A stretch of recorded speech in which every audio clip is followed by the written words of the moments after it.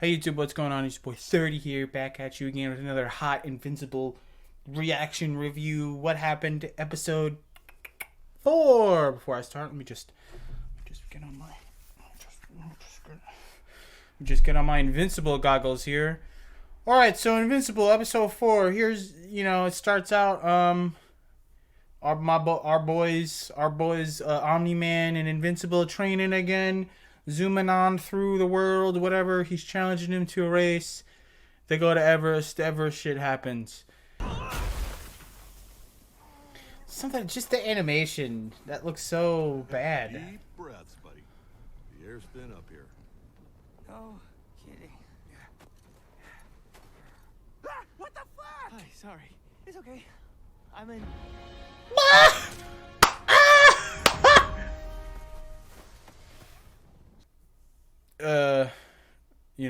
Mark goes on a date with the chick he likes. What's her name? Amber. He goes on a date with Amber. Just imagine all the race you're gonna separate now. What exactly do you separate from? Oh my god, what a quirky teen romance. Jeez, quirky teenagers doing quirky teen stuff at a Filipino festival. They do it's like a Filipino cultural festival. I've never heard of that in my entire life. I've never seen that in my entire life. I wish it did exist. Filipino stuff is awesome. Filipino food is great. Glad to see it's getting some representation in some media. Please, local Filipino communities, have more Filipino themed events.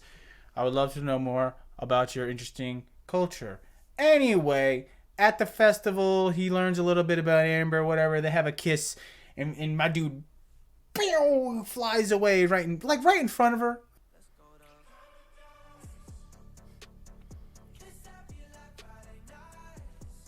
Night, Mark Grayson.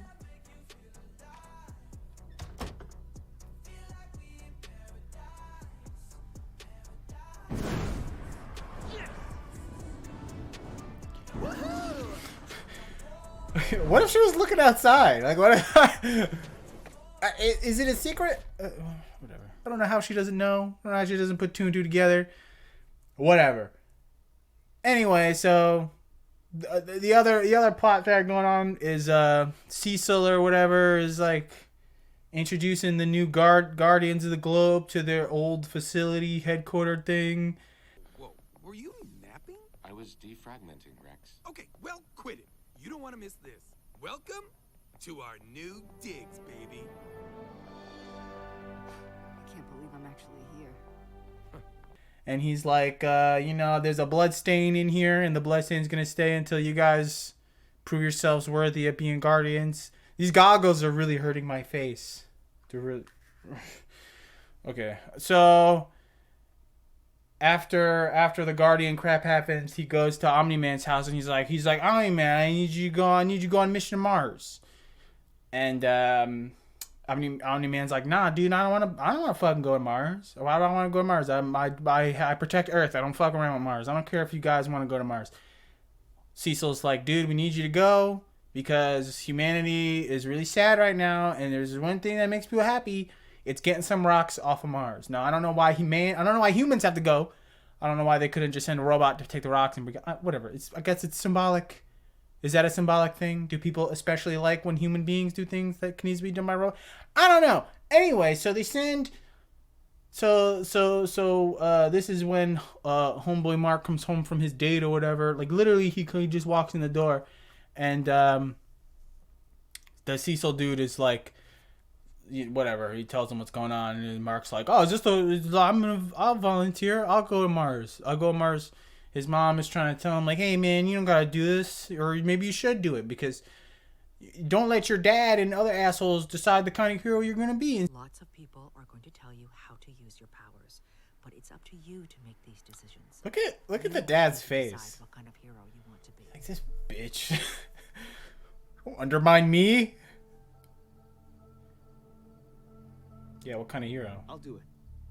Inspired, obviously, by his girlfriend, who I guess, she does volunteer work. He was like, oh, mind you, she was volunteering to build schools in disenfranchised areas, which I'm sure that's infinitely more valuable than protecting a couple astronauts on Mars. I mean, if you think about it, It's not equivalent, but whatever. In Mark's mind, it's equivalent.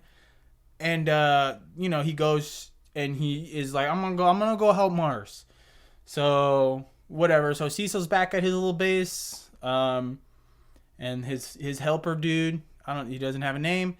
He's like, the whole reason why we were supposed to send Omni-Man to fucking Mars is to get him off the planet. What? We don't really need him, right? I mean, what the fuck? Like, why are we sending his son or whatever? And Cecil's like, just because I want to see the kind of dude he is, or some shit, whatever. So that, so Mark's going to Mars, and now he's like, oh shit though, but I got a girlfriend here, and how am I gonna, she doesn't know my secret identity as a superhero. So, whatever. So Mark goes and asks, no girl, Adam Eve? Is that her name?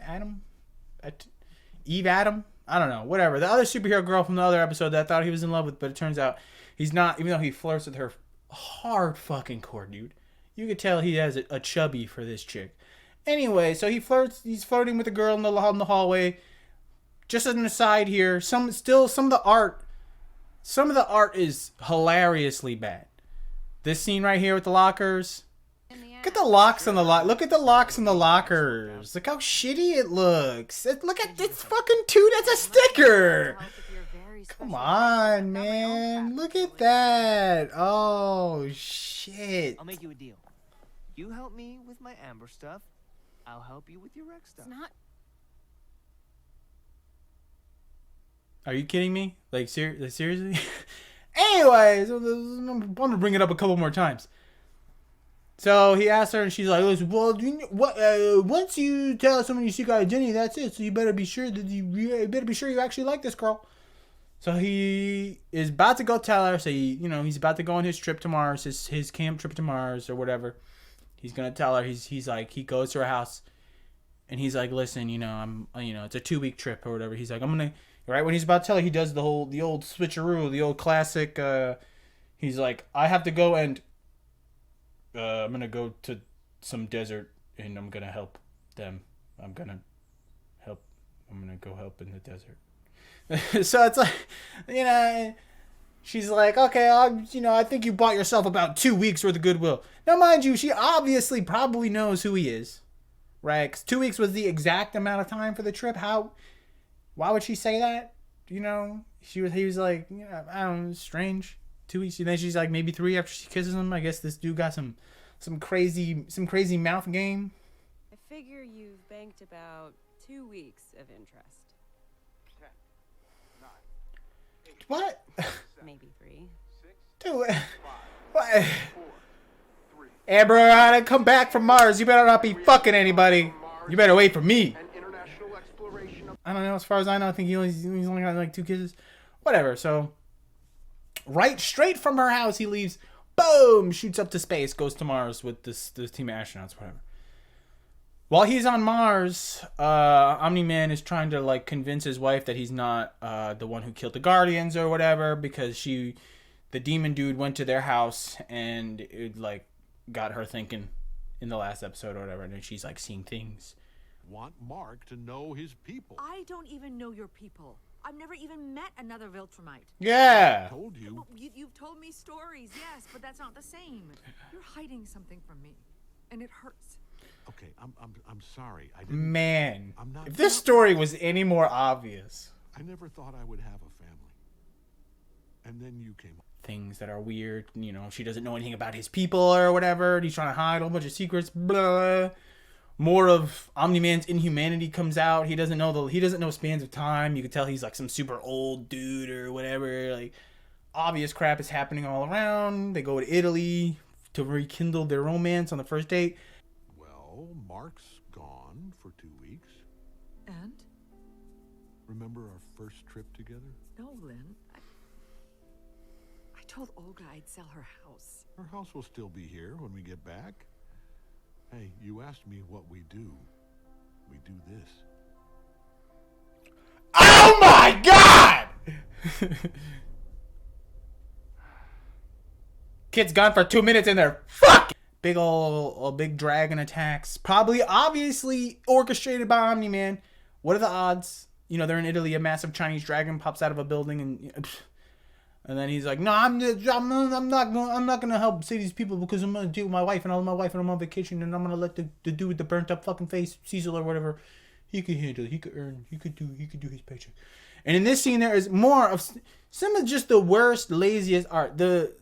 Just fucking look. Oh my god, there's like, look at the there's like terrible 3D people in the background. Oh my god, dude. Not those, but like those back there. Wow. But you still feel That shit looks like a... Look, there's two of the same guy. There's two of the same guy. Wow, there's two... Oh my god, man. But I feel like I'm standing on the edge of a cliff, and I'm the only one of us who can't fly. That's true, bitch. You can't fly.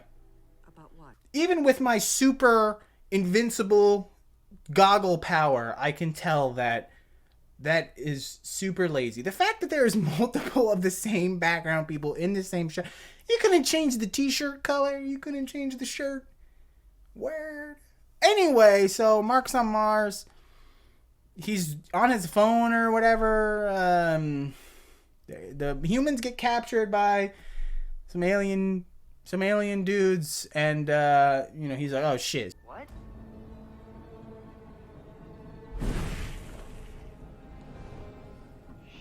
Shit. What? How long was that? Are you kidding me? He follows the footprints, whatever. Mind you, these aliens don't have some type of scanner. They don't know how many people are there. They just kidnap these people, and they leave obvious footprints. So he follows them. He opens up this hatch, and this thing jumps on his helmet. And inside there's a bunch of one of the aliens on the...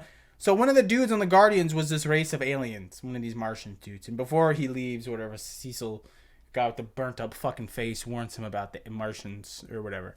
And so he's like, oh, just, you know, you won't see them, they live underground. But, oh, yeah, okay, he does see them. And they're like shape-shifting as rocks in a cave.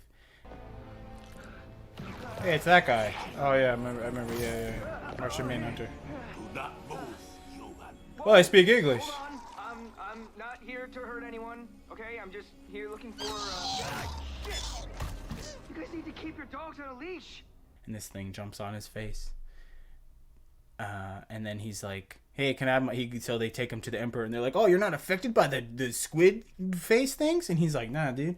So he goes to see the Emperor, and he's like, how come you're not affected by the shit, the space, the shit on your face? And he's like, bro, because I'm half Vitamix, dude. I'm not all human, I'm half Vitamix. He's like, oh. He's like, you ever heard of them? He's like, fuck yeah, dude, I'm the Emperor, whatever. Long story short, it turns out these... So this doesn't make any... doesn't make any sense. The Martians are immune to these face hugger things. They're face huggers. They're face huggers from the Aliens franchise. They are immune to the face huggers. But they looks like they live alongside of. They don't actively try to kill them.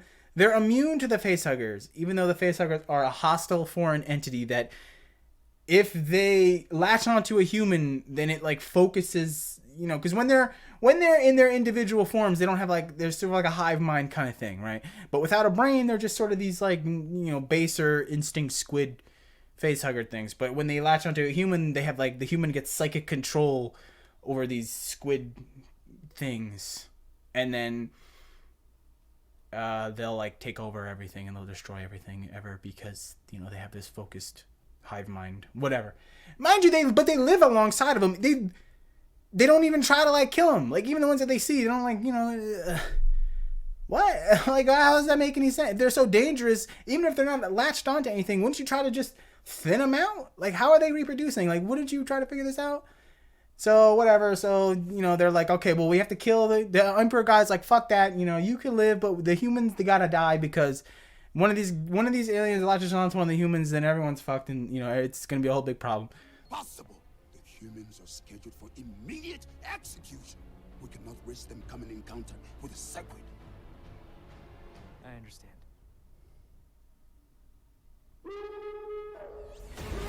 Go!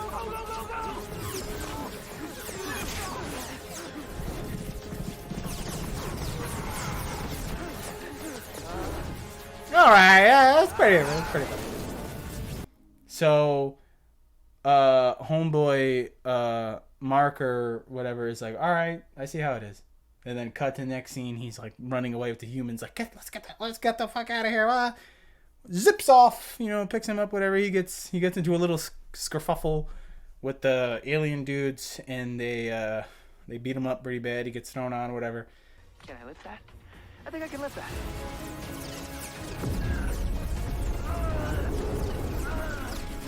And his strength is like so. Like. His strength is so unclear, like what he can and can't lift. He can lift up the spaceship, yet the astronauts had to run. He carried them for like a little bit, but they had to run for most of. It's strange. No hard feelings, right? I'm gonna take a rock if that's okay. Yeah? Back on the ship, turns out that one of the astronauts is actually like, I guess, a shape-shifting dude in disguise. And that one of them actually did latch on to the astronauts, and now that on Mars, there's an astronaut who's fused with the face hugger, and he attacks the Martians as the humans are leaving with like this wave of face hugger dudes. Whatever, I don't know. Whatever. Why are the Okay. I was about to ask, why is it upside down? How would the alien know? Oh my god! World spirits were raised as the first men and women to walk on another planet, returned home after a by-the-book mission.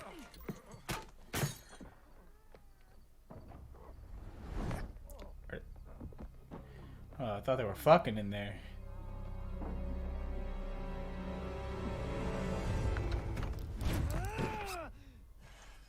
Oh, hey, you're back early. Wow. Nice.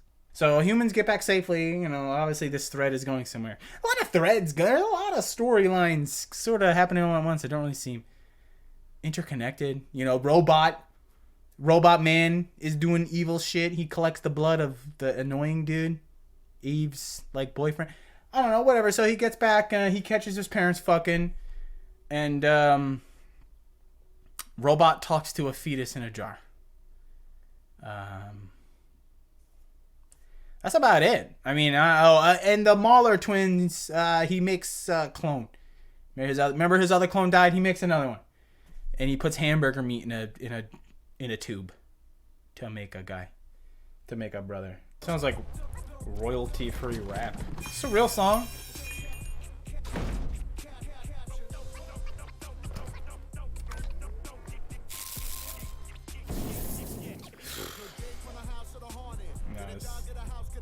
This is a real song.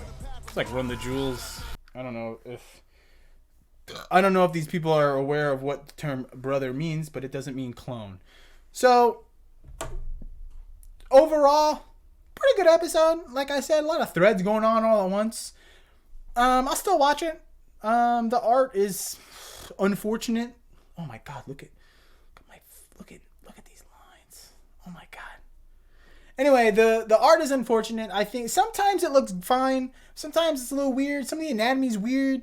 There's a scene like when Omni-Man's wearing his suit. I don't know if they've ever seen a man's torso, but there's like, it's like 3 sections and they're like curved. Where's up with his like chest muscle?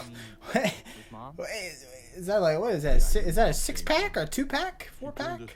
He looks like he doesn't have pecs. It looks like his entire torso is just like abdominal obliques. It looks strange. Some strange design choices, some strange shit going on. Backgrounds are whack. Like I said before, the shit in Italy was awful. Like stock Unity 3D that was bad. But the story is pretty good. Some of the dialogue's crappy. There's a lot of quirky teen sarcasm is my language type of shit. Not really into that, but I will say that the story in itself, it's a little complicated, like a mad threads. You know, you got Robot. Here, let me just lay out what's going on right now. Robot is doing evil shit. He released the Mahler twins. He took blood from annoying guy.